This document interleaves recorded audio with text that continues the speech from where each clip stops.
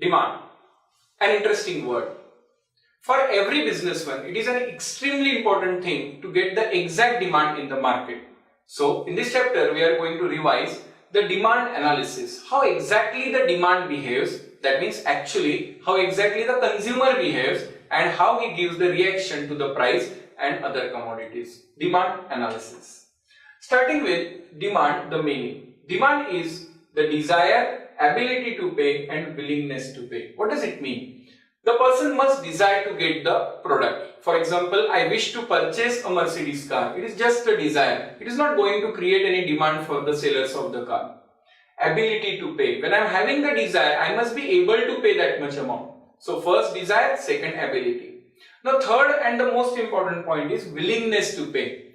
I wish to purchase a Mercedes car, I have that much amount, but right this moment, I don't wish to invest my amount in that. Maybe I wish to invest it in a new business. Thus, even though desire and ability is there, I am not willing to spend it for that car immediately, maybe the next year. So, the demand is a net effect of desire plus ability plus willingness to pay the amount for that product immediately. That's a demand. Desire is wish to possess the commodity.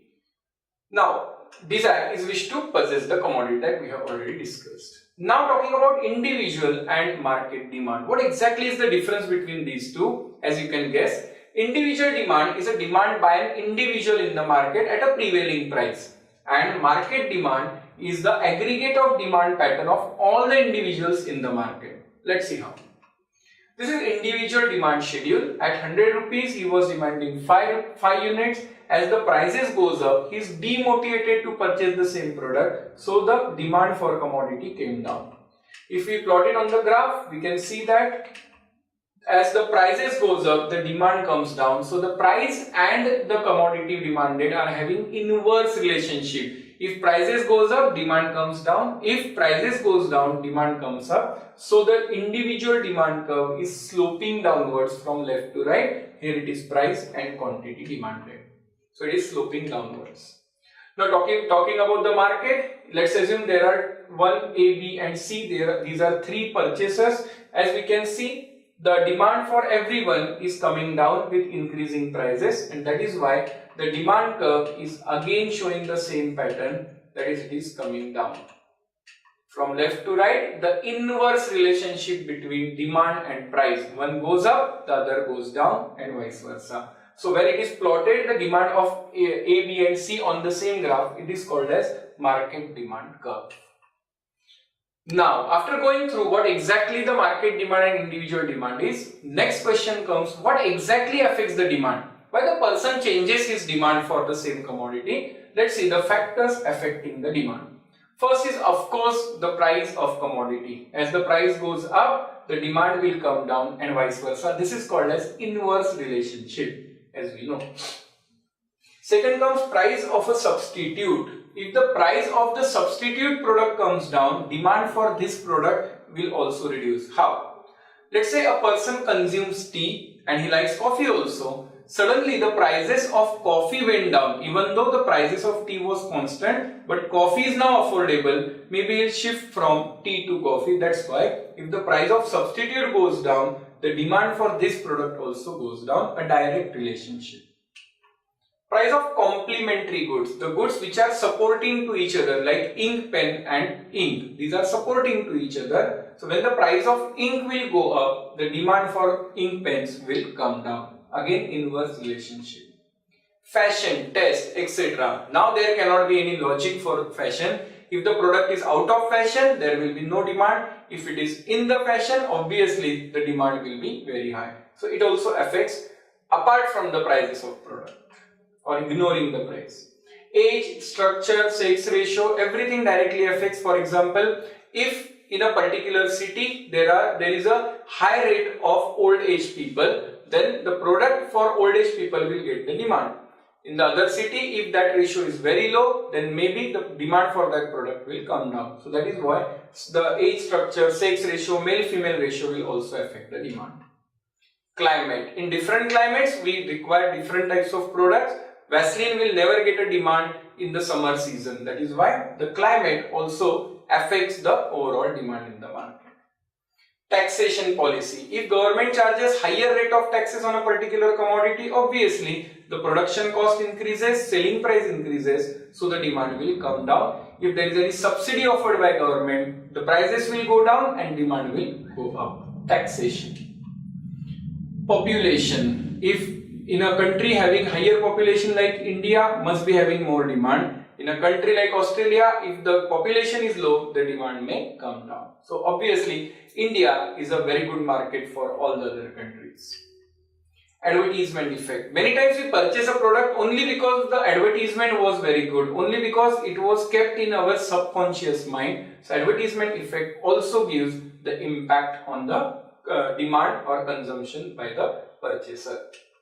Next comes income. Obviously, when the income of a person goes up, if there is any promotion and salary hike, obviously the person will demand for more products. If the salary goes down, he will sacrifice some product, demand will come down. So income. Distribution of income. If the income is properly distributed in our country, the demand will be higher because everyone is a probable customer. But if the distribution of income is improper, very few of businessmen or very few of citizens are having a huge amount in their hand, then the demand will not be created by others. So distribution of income also matters. Next is, and the last is expectation. Sometimes it happens that even though the prices are going up, still the demand goes up because maybe the consumer is expecting that the prices will further go up. So that is why even though the prices are up, still the product will get the demand. So expectations of the human being is also the factor affecting demand. So we have seen 12 factors which are affecting the demand, and after going through what is demand and what are the factors affecting the demand, let's again analyze what exactly the demand and the allied issues are there. Now, the next factor to discuss is types of demand. Till now we have seen two types of demand, that is individual and market. There are further types also. First, individual market, as we know, demand of an individual in the market. Market demand, aggregate demand of all the individuals in the market. Next one is joint or complementary demand. This is a demand for two or more products which always goes hand in hand. Just we already discussed the example of ink and ink pen. They will always go hand in hand, called as joint or complementary demand. Composite demand, demand for the product having multiple use. Milk is having multiple use. You can prepare so many products. So the demand for milk, maybe A will demand the milk for his own consumption. Maybe B will demand the milk for preparing the curd. C will demand it for cheese. So it is called as composite demand. Competitive demand, demand for the substitute products. For example, the analysis of Coca-Cola versus Thumbs Up could be, or Coca-Cola versus Pepsi could be the analysis of substitute or competitive demand. Indirect or derived demand. It is the demand which is not created by consumers. It is a producer's demand. For example, machine. The manufacturing machine is not actually consumed by a consumer. It is purchased by the producer to further produce the goods, is called as indirect or derived demand. That is the demand for factors of production. Direct demand, it is something which is directly consumed by the consumer for any product in the market, is a direct demand. So these are 7 types of demand we have seen till now, and moving forward towards an extremely important area after going through demand, its factors which are affecting demand and 7 types. Now comes the law of demand. What is law of demand? It's a statement which explains us the expected behavior of consumer in comparison to the changes in price. So let's see what exactly the law of demand is. It is the statement explaining the behavior of demand as a response to the price. How the behavior of consumer or how the pattern of demand changes as compared to the change in price. It was introduced by Dr. Alfred Marshall in his book Principles of Economics. What exactly the statement of law? What was the observation of Alfred Marshall? Other things being constant, higher is the price of commodity, smaller is the quantity demanded, and lower the price of commodity, larger is the quantity demanded. In very simple words, the price and demand goes in an opposite direction. When the price goes up, demand comes down. When the price comes down, demand goes up. Inverse relationship as stated by the statement. Also, we have to mug it up because the statement is given by Alfred Marshall. So you have to write it exactly like this. Now what does it mean? Law of demand means the price and demand shows the inverse relationship, opposite. Other things being constant, higher is the price of commodity, smaller is the quantity demanded, as we have seen, and lower is the price of commodity, higher will be the demand. So let's see how it is showing the inverse relationship. When the price was 100, the quantity demanded was 5. When the price went up to 200, quantity came down to 4. Further price increase, further reduction in the quantity demanded. So as the price is going up, the demand is going down, inverse relationship. As we have already seen in the individual demand curve, the demand curve slopes downwards from left to right, indicating the inverse relationship of price and quantity. Same for market schedule, we have seen that market schedule or market curve shows the demand curve of different individuals together, and it is again coming down due to inverse relationship. Now, when Mr. Marshall gave this assumption, gave this law of demand, he assumed something. What is the requirement of giving any assumption? The answer is, or the reason is, because it's a social science. It is related with human being, and that is why every human being may give a different reflection. That's why while giving this statement that is about inverse relationship, he has given some assumptions. What are these assumptions now? Many times this question is also asked in examination. No change in price of related goods. If I am talking about the price of ink pen, it is assumed that the ink is having the constant price, so that I can analyze the behavior of demand for ink pen. Other prices, price of other goods constant. No change in fashion taste, etc., because if it changes, you cannot predict anything. No change in age structure or sex ratio in the society or in the population which we are analyzing. No change in climate. With a small change in climate, the demand will be of course different, even though the price is changing or not. No change in taxation policy. With more taxes, demand will automatically come down. With some subsidy, demand will go up. So it is assumed that taxation policy is constant. No advertisement pattern and frequency. If the heavy advertisement is done, maybe the higher price can also give you a good demand. So it is assumed that there is no advertisement effect. There is no change in pattern of population, and they are thinking no change in income of consumers. As we have already discussed, if the income changes, the demand will go up or down without any change in price, or even in the opposite case, that is the prices are going up, still I will consume more if my salary is increased. So that was no change in income. No change in income distribution pattern. Whatever earlier the pattern of distribution was, it is same, then only I can make the analysis and conclude. And no future expectations, and there is no change in thinking of people about the future prices. If all these 10 things are constant, then only we can say that demand will show the inverse reaction. That is, if the prices goes up, demand will come down, and vice versa. But these are all the 10 assumptions. You must have observed that these were 10 assumptions, and all these 10 assumptions are assumed to be constant. Becomes the these 10 are where the factors affecting the demand. All these factors are assumed to be constant, becomes the assumptions. So both the answers are highly correlated. Now moving forward, what are the exceptions to the law of demand? Does it really happen that every time when the price goes up, demand goes down, and price goes down, demand goes up? Ideally it should happen, but as it's a social science, there are some exceptions. The situation when the demand and prices shows the direct relationship, that is with increase in prices, demand also rises and vice versa. When does it happen? So here we can observe that even the price is going up, the demand is also going up. Is it really possible? Who will demand more with higher prices? Let's see who will demand. So it will go like this in case of exceptions, but when it will happen? First, Giffen goods. Mr. Giffen was an economist, and he has given some observations that in case of inferior quality goods or the goods which are at very inferior part of your budget, the thing happens that even though the prices are going up, the demand will not come down, or if the prices goes down, the demand will not go up. Let's see how. For example, a person is consuming meat or a very low quality wheat, let's say.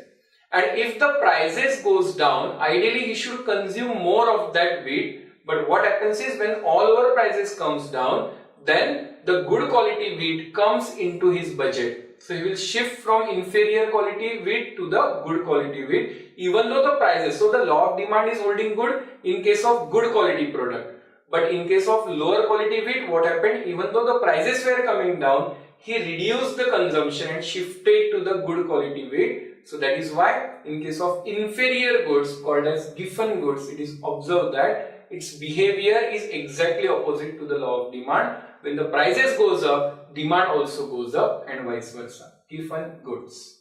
Exception to law of demand.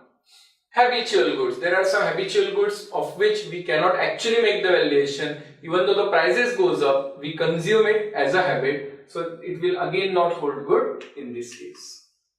Ignorance. Sometimes the person just ignore the prices and that is why he do not react to the increase in price, and of course it is affordable for him to ignore the prices. In that case, law of demand will not hold good. Demonstration effect, that is advertisement effect. Sometimes it happens that we go in the market to purchase a mobile having a budget of 15,000, but we come back with a mobile having the price of 20 or 25,000. Why does it happen? Because even though the prices were high, the demonstration, the advertisement effect was such that we actually tempted to purchase that product. So demonstration effect can also challenge the law of demand. Prestigious goods, in this case of goods, higher is the price, more the prestige I will earn. So in that case, law of demand may not hold good. Future price expectations. For example, if I am dealing in share market, even though the prices goes up, I grab the shares expecting that the prices will further go up and I will sell out and earn the profit. So it is not supporting the law of demand. Even though prices are up, I will purchase more shares. So that is an exception. Necessities. You cannot have any choice in case of necessities. Whatever price goes, you will have to purchase it. So doesn't hold good. Next comes bias thinking. Sometimes it happens that higher is the price, better is the quality of product. So sometimes the prices goes up, then the consumer assumes that as the prices are high, of course the quality must be good and he consumes more. Again an exception to law of demand. Then fashion. In case of fashion, as I said, there is no logic at all. If the product is in that case, whatever price you charge, the consumer will pay. So he will not think about the prices. So again, this was an exception to law of demand. So we have seen 9 exceptions to the law of demand. First we have seen the law of demand, then we went through the assumptions of law of demand, and now the exceptions. Now the question comes, why does it happen that the demand comes down with the higher price and vice versa? To be more specific, the question is, what is the reason behind having downward sloping demand curve? Let's analyze this question now. As we have seen, as the prices goes up, demand goes down and vice versa. So it's a downward sloping demand curve from left to right. What are the reasons for this? Let's see. The relationship between demand and price is inverse. That is, when the price goes up, demand goes down. Price goes down, demand goes up. Reasons. First, law of DMU, diminishing marginal utility. When the prices are going up and I am consuming the same product again, then my eagerness, my marginal utility, additional satisfaction is gradually coming down. So I am not so eager to purchase that product. And at the same time, if you are increasing the price, now there is no way that I am going to consume the product. So law of DMU affects the intensity to purchase the product. So with more price, the person is highly demotivated. Multiple use of the product. When the product is of multiple use, maybe the prices are going up, still I will purchase because maybe I will use it for the other product. So maybe it will happen that it will not hold good, but when the prices are going up, still the consumer will think, okay, I can shift to the other product, then the law of demand takes place. So multiple use of product gives you an opportunity to use it for the other. For example, if I consume 1 liter of milk every day and suddenly the prices went down, why should I increase my quantity of milk when I just need 1 liter of milk? Still I increase. Maybe I will think as the prices are going down, maybe I will have some curd or some cheese from the milk, so I will consume more. So multiple use of the product motivates us to purchase more when the prices comes down. So the inverse relationship. Income effect on the consumption. When the income goes up or when the income is constant, but when the prices goes down, then that product fits into my income. So I will consume more. So prices went down, I consume more. Again the inverse relationship. New buyers in the market. Sometimes it happens that when the product's prices comes down, maybe as an individual I will not react, but as the prices are lesser, the new customers will enter in and they will jump on that product. So the overall market demand will also go up, showing the inverse relationship. Substitution effect. The consumer turns to another product with rise in price. If the prices goes up, then what I will do is I will shift to the other product. The demand for this product will come down. Substitution effect again gives you the inverse relationship. Thus, these are 5 basic reasons why the demand and the price goes on the opposite direction, called as inverse relationship between demand and the prices. Now let's move forward towards the variation in demand. What exactly the variation in demand is there? As we have seen, the demand changes with the price. So what is variation in demand? Variation in demand is a change in demand as the effect of changes in price. As we have seen, there are basically the factors are divided in 2 parts. The effect on demand due to prices when other factors are constant, and the effect on demand due to other factors when the price is constant. When the price is affecting the demand, it is called as variation in demand. So change in demand as the effect of change in price.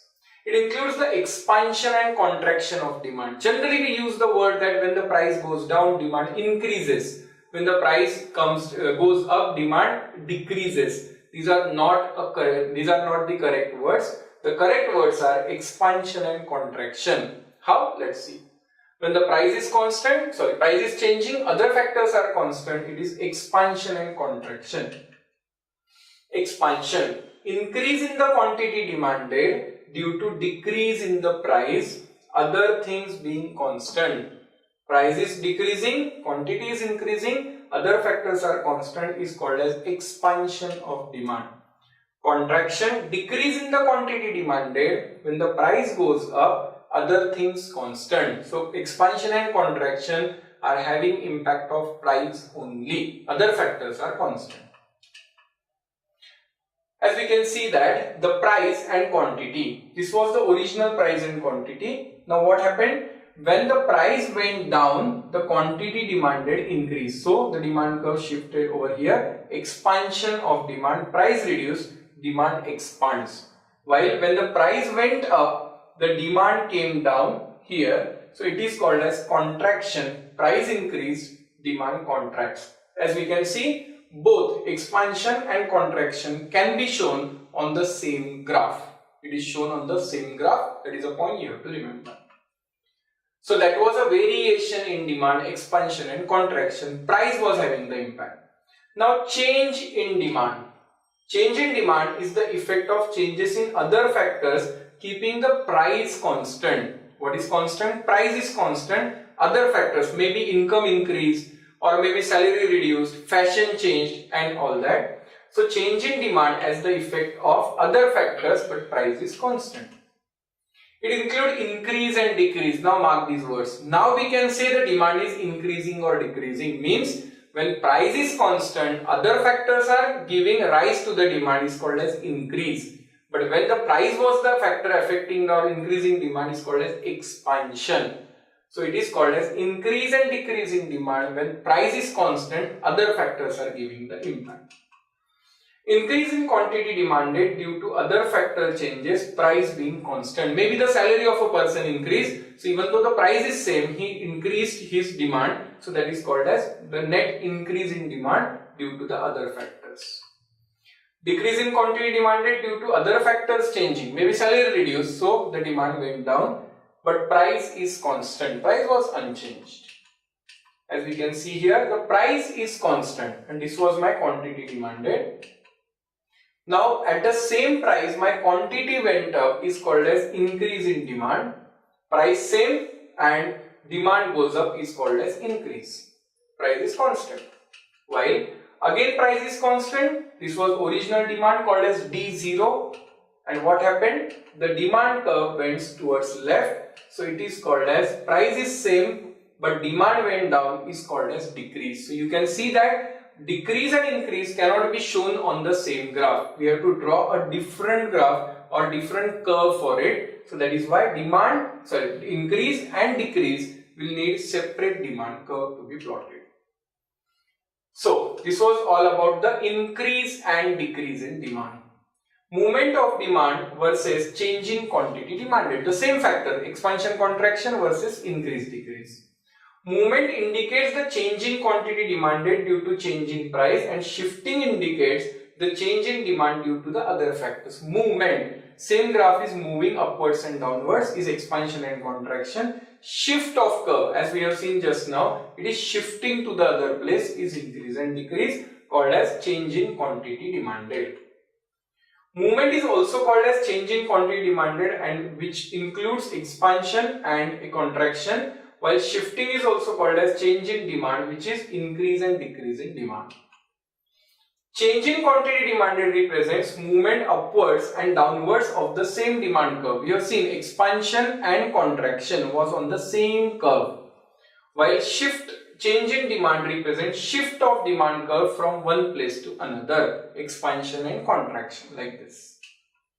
So as we can see, this was contraction and expansion on the same graph, while increase and decrease was having different curves even though price was constant. So the curve was shifting from left to right or right to left. This is called a shift of curve. The price was same and the demand goes up or goes down. So that was the difference between expansion and contraction versus increase and decrease. With this point, we are coming to an end of the chapter, in which we have seen the concept demand, the factors affecting the demand, law of demand, its assumptions, exceptions, and expansion contraction versus increase and decrease in demand, along with the types of demand. The heavy chapter, most likely chapter for the board, so maybe the multiple questions can also be asked on this chapter. So revise it properly, be comfortable with all the answers and get full marks from demand analysis. Thank you.